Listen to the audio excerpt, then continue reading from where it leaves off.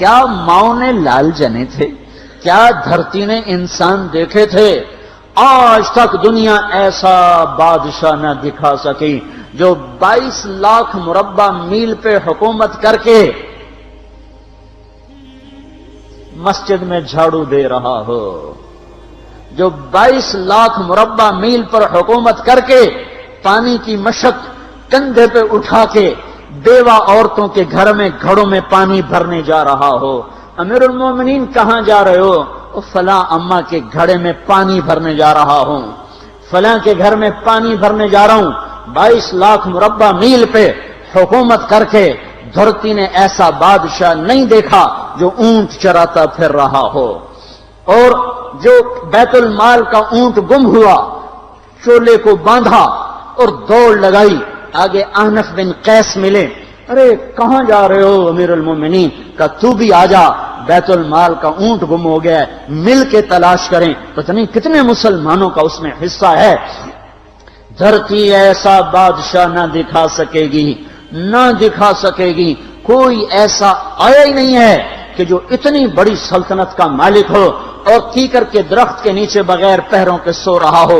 یہ ہمارے چھوٹے چھوٹے حکمران، ووٹوں کے ذریعے سے کرسیوں پر بیٹھنے والے، ان بے وقوفوں کے آگے بھی پہرے، پیچھے بھی پہرے، دائیں بھی پہرے، بائیں بھی پہرے، اوپر بھی پہرے، ان کی گاڑیاں بھی بلٹ پروف، یہ پھر بھی ڈرتے ڈرتے جا رہے کہ انہوں نے ظلم کیا، یہ اپنی ذات میں خوف زدہ ہو گئے۔ عمر نے اپنے نام کے ساتھ فاروق کا لقب آپ نے کہا عمر فرق بین الحق والباطل، عمر وہ عمر ہے جس نے حق اور باطل میں فرق کر کے دکھا دیا، اس لیے یہ فاروق ہے، اس نے حق اور باطل میں فرق کر کے دکھایا، یہ فاروق ہے۔ حسن بصری فرمایا کرتے تھے اپنی محفلوں کو عمر کے ذکر سے سجاؤ۔ حضرت عائشہ فرمایا کرتی تھیں عمر کے تذکرے کیا کرو کہ جب عمر کا تذکرہ ہوتا ہے تو عدل کا تذکرہ ہوتا ہے، جب عدل کا تذکرہ ہوتا ہے تو اللہ کا تذکرہ ہوتا ہے۔ کہ ہم عائشہ رضی اللہ تعالیٰ عنہا فرمایا کرتی تھیں اتنے بڑی سلطنت پر حکومت کرنے کے بعد اللہ کی راہ میں جانے والے مجاہدین کے گھر گیا کھڑا ہوا ہے، دروازے پہ دستک دے رہا ہے، بیٹی کوئی بازار سے سودا لینا ہو تو مجھے بتاؤ، تیرے گھر والا تو اللہ کی راہ میں ہے، میں تمہارے گھر کا سودا لے آؤں، کیا کیا چیز چاہیے؟ تم نے اپنے خامند کو خط لکھنا ہوگا، تم تو لکھنا نہیں جانتی، مجھے بتاؤ میں تیرے خامند کو تیری طرف سے خط لکھوں۔ اماں تیرا بیٹا اللہ کی راہ میں گیا ہوا ہے، مجھے بتا میں تیرے بیٹے کے نام تیری طرف سے خط لکھوں۔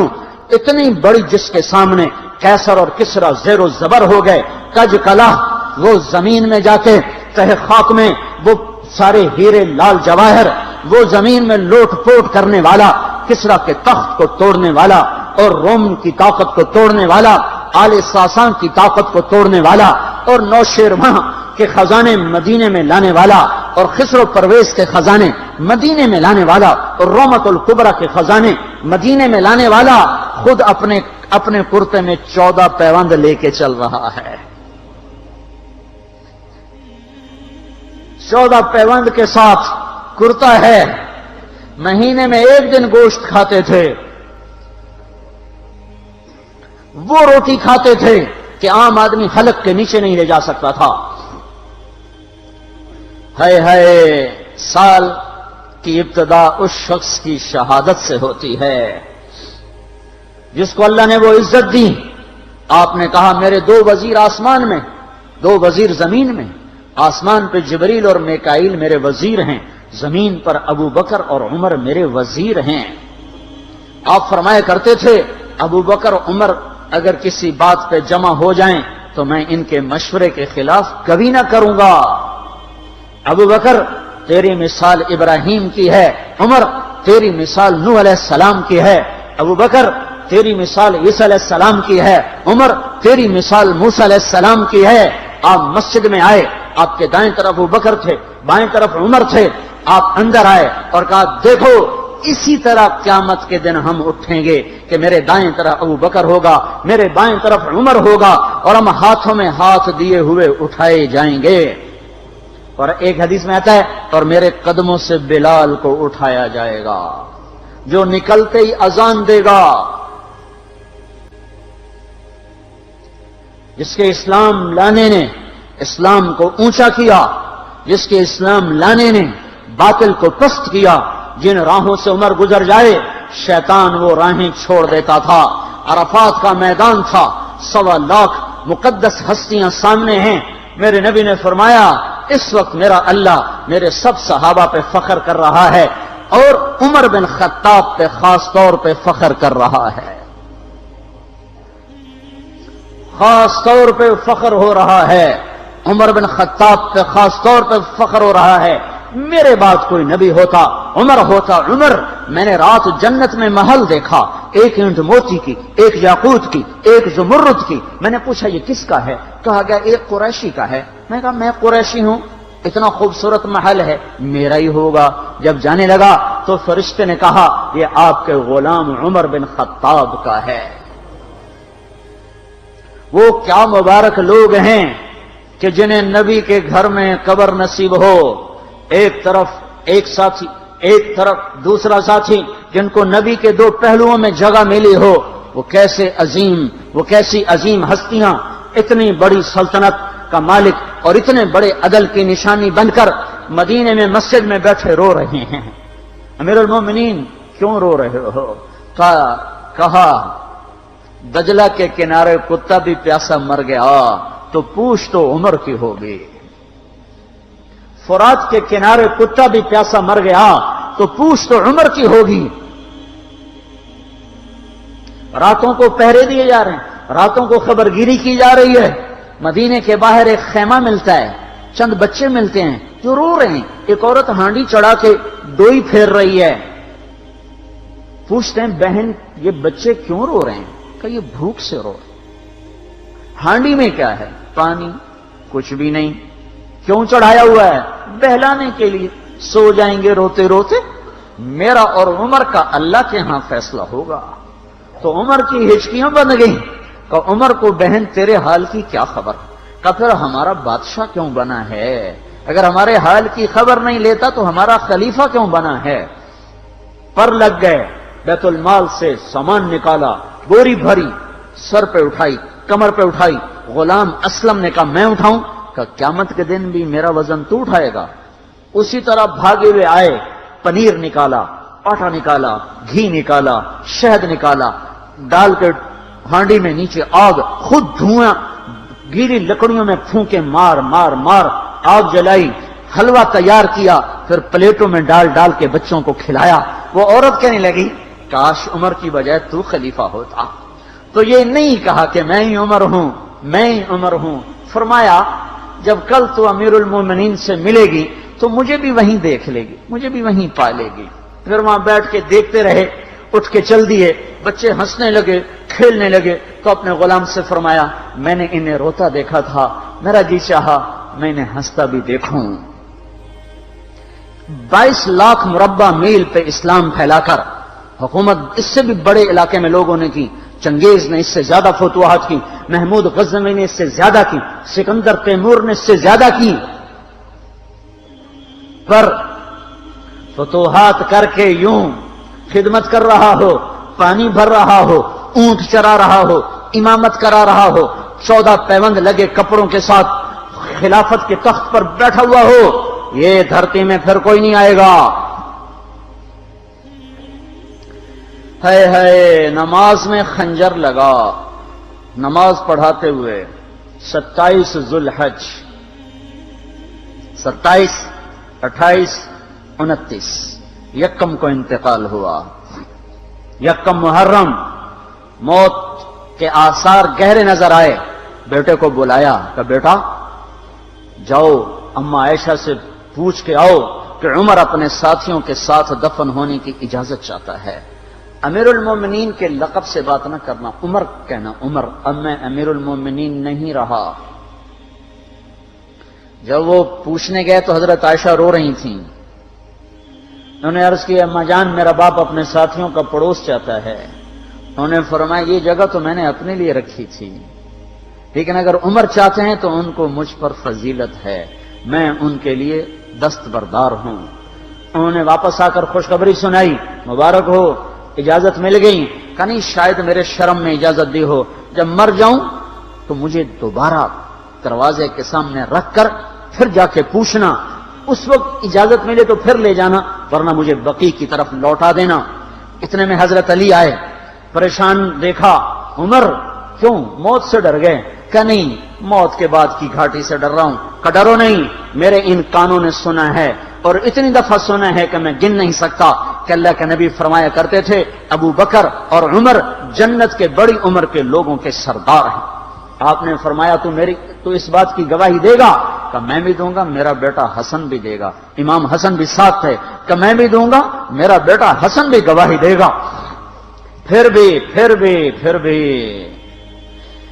ہے جو جنت کی بشارتیں لیے ہوئے ہیں، 10 مبشرہ، ابو بکر جنتی، عمر جنتی، عثمان جنتی، علی جنتی، طلحہ جنتی، زبیر جنتی، ابو عبد الرحمن بن عوف جنتی، ابو عبیدہ بن جراح جنتی، سعید بن زید جنتی۔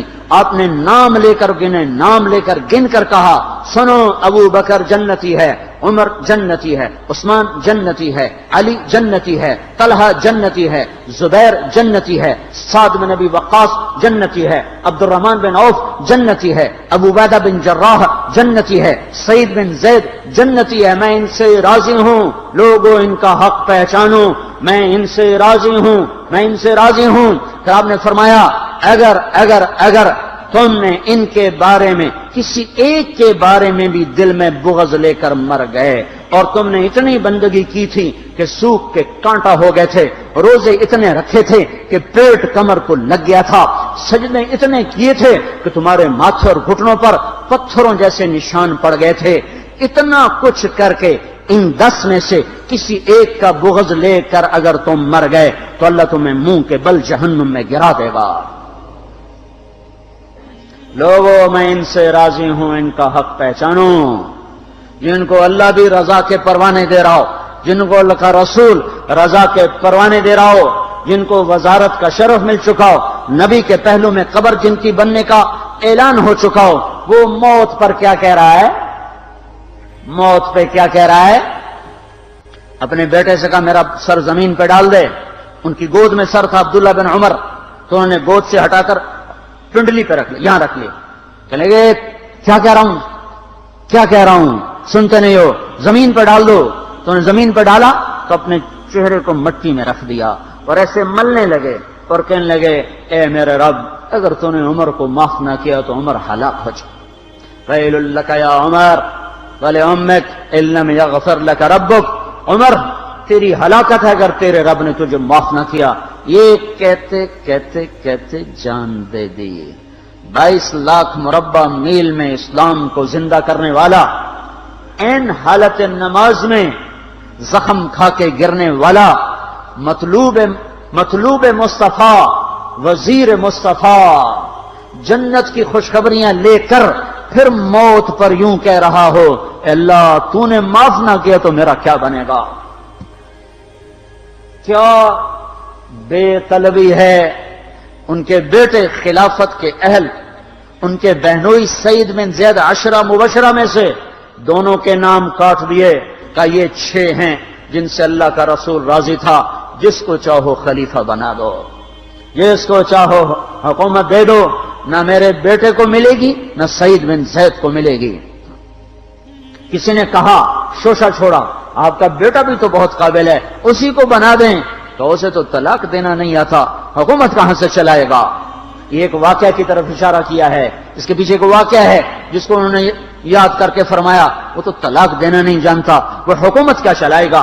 حالانکہ بڑے صحابہ میں عبداللہ بن عمر کا مقام ہے۔